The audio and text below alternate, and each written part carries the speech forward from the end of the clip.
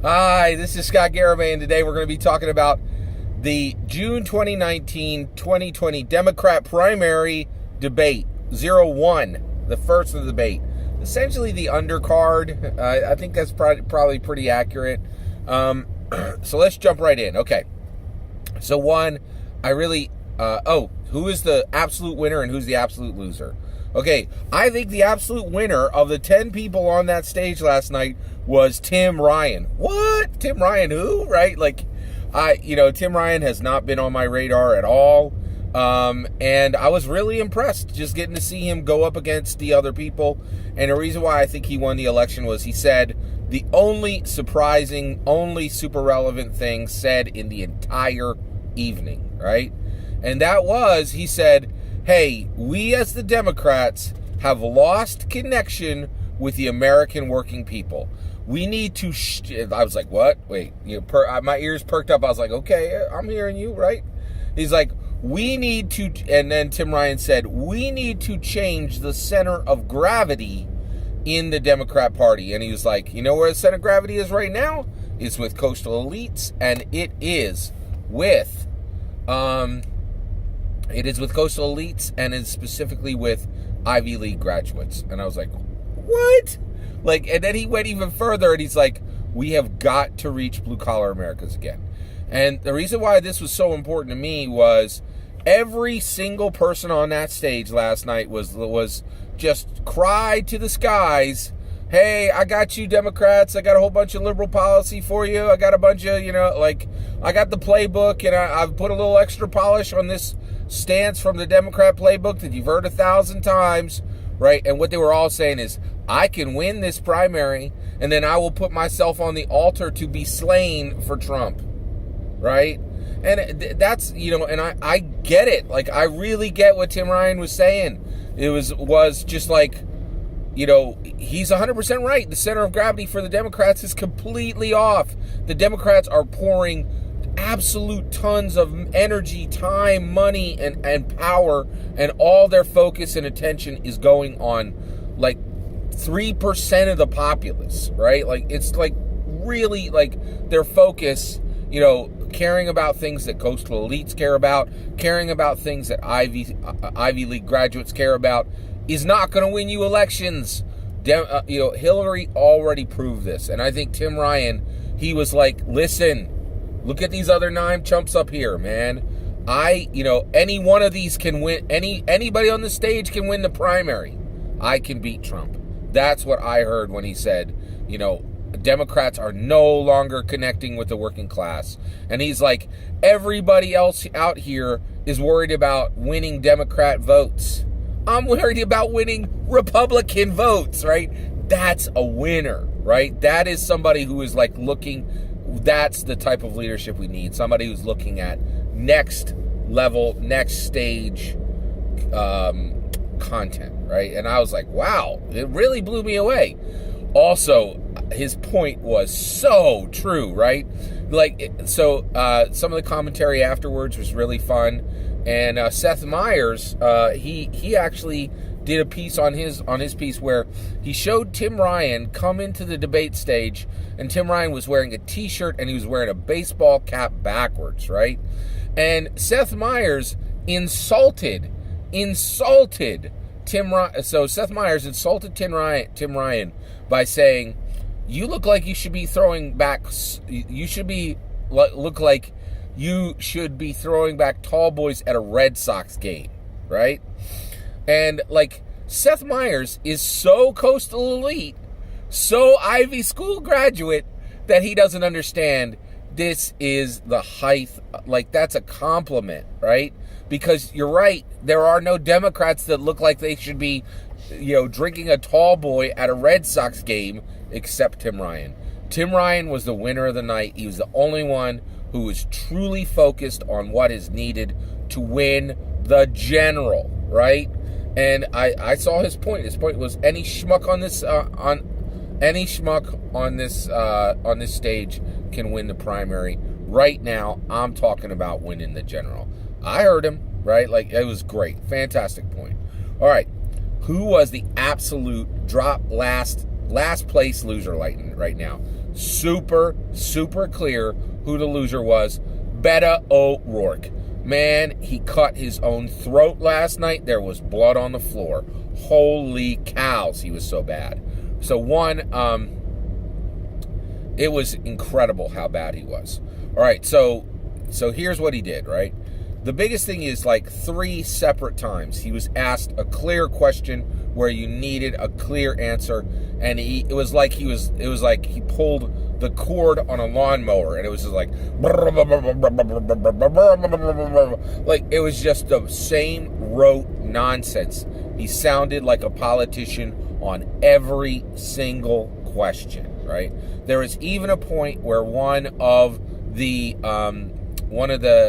moderators actually said where he spun off, he did his whole blah blah blah nonsense, where he gave a politician's answer which did not answer the question, and the moderator circled back and said, would you do a 70% tax on the wealthy, right? And she said yes, no, or pass, right? And he immediately went into a 2 or 3 long sentence answer after he had already given a paragraph, not answering the question again, right? He sounded rote. He sounded completely political. Like, in that, he's like, oh, here's my stump speech, blah, blah, blah, right? And I'm like, you cannot give your stump speech now, right? Like, this is the big show, man. Beto ORourke, I think he had been doing pretty okay for a while. The other thing is, like, why is he the biggest loser? Well, he actually had some height to fall from, right? He had some momentum. The media liked him. He had gotten some shine. I think there are a few maybe smaller candidates who did worse than him, but they had less far to fall because they hadn't climbed as high as he did, right? Beto ORourke is the absolute clear loser of last night's debate. Let's talk about some other people. I want to talk about Tulsi Gabbard. Tulsi Gabbard makes me cry, like tears come out of my face, because I think Tulsi Gabbard is the biggest story of wasted potential I have ever seen in politics. So one, she threw down last night. She performed amazingly well, right? Her delivery is smooth. She has that Hawaiian mystique. She looks like a leader, right?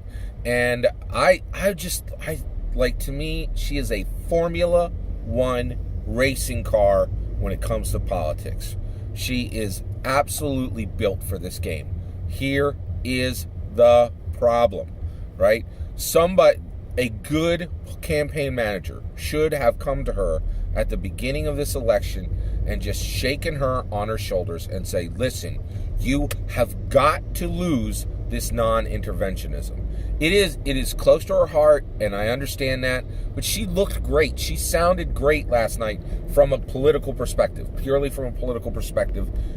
She looked like she could be president, right? But here's the issue, okay? The moment she opens her mouth and starts talking about non-interventionism, I'll tell you why she has absolutely no chance of beating Trump, okay? And here it is, okay? I live just 5-6 miles away from the Boeing plant that is right near the Philadelphia airport, okay? In my church, there are tons of dudes who work for Boeing, right? I got one guy in my neighborhood who works for Boeing, okay? And I'm not kidding you, like 7-8 years ago, this guy was mowing lawns, okay? Now he is a janitor. He is a janitor at Boeing, right? There's a $50,000 Jeep in front of his house, and honestly, he looks like he's doing way better than I am now, right? And and he's just a janitor at Boeing. But Boeing is an amazing place to land, right? Here's Tulsi Gabbard, right? Tulsi Gabbard is a rock star politician. She has everything that's needed to deal with the media. She is a modern candidate, right? But her non-interventionism is absolutely deadly to her, right? And the reason why is she's like, hey, that janitor guy in your in your neighborhood, I'm going to take his job and tear it up and throw it away like confetti. Because you know what Boeing is? It's part of the military-industrial complex, which I will rip to shreds. I will take lots and lots and lots of incredibly high-paying jobs and destroy them. And I promise you, there will not be a neighborhood in this country where somebody doesn't lose a 6 or 7-figure job. And I promise you, Tulsi Gabbard, I promise you, your uncle, your aunt, your friend, your boyfriend, your girlfriend, somebody's going to lose a 6 or 7-figure job. I will destroy the military-industrial complex.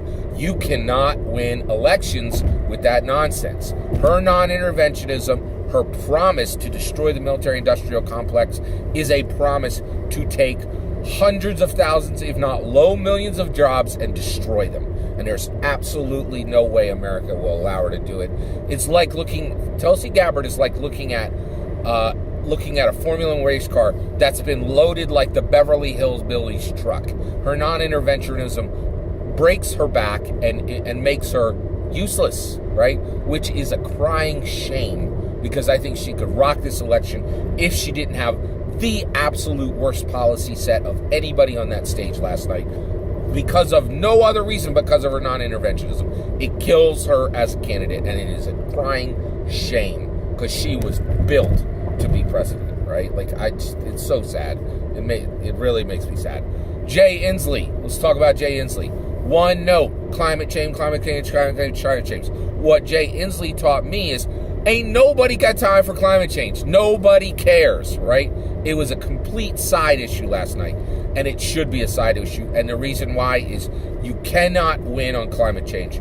You have to tell the truth and say this is an actual national emergency, and nobody got time for anything else, right? And say, okay, nobody's going to get vacations. We're going to build, gigantic walls around every coastal city. Take it serious, and then all the fun's over because we're in crisis mode. Or you have to say what everybody thinks now, which is that's a 50 years from now problem. I ain't got to worry about it, right? And if that's the case, who's going to run on it? Jay Inslee, completely one note on climate change, sounded whiny because he was upset that nobody cared about climate change. And he's right. Nobody cares about climate change at the macro level, right? It's the fries with the burger, right? Jay Inslee, in my opinion, proves that climate change is the fries with the burger. It ain't the burger. Nobody cares at the macro level. All right, let's keep. Yeah, so you got Jay Inslee. Oh my gosh, John Delaney. Let's talk about John Delaney. Oh, I felt so bad for John Delaney, right? John Delaney is a huge problem from American perspective, because one of the things he did last night was he respectfully waited, right, to talk.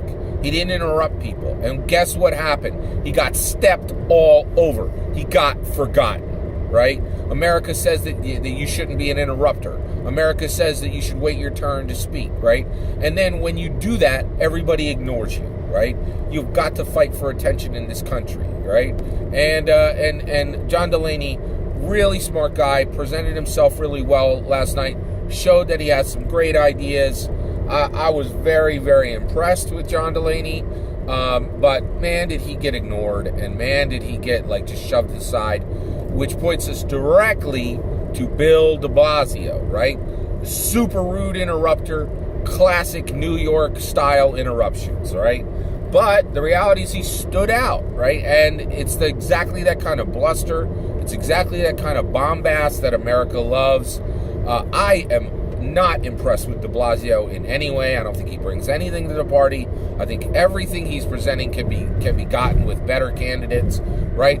But I joined the Discord last night with the Nerd for Yang YouTube people. The host of Nerds for Yang, hosted a Discord, and we were just talking and chatting, through the debate, which I really, really incredibly loved.